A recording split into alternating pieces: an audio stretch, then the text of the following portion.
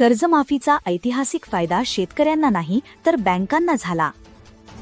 पंतप्रधान मनमोहन सिंग यांच्या नेतृत्वाखाली 2008 मध्ये झालेल्या योजनेतून 3 कोटींहून अधिक शेतकऱ्यांना मदत झाल्याचा दावा केला जात होता.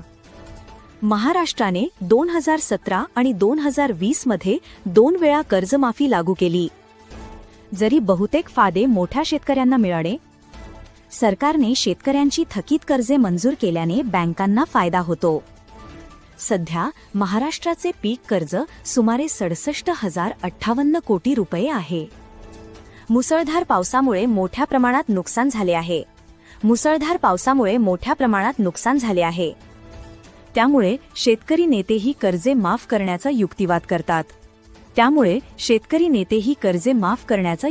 करतात. तज्ज्ञांचे म्हणणे आहे की लक्षित व्याज कर्जे आणि परतफेडीवरील स्थगिती संघर्ष करणाऱ्या शेतकऱ्यांना महत्त्वपूर्ण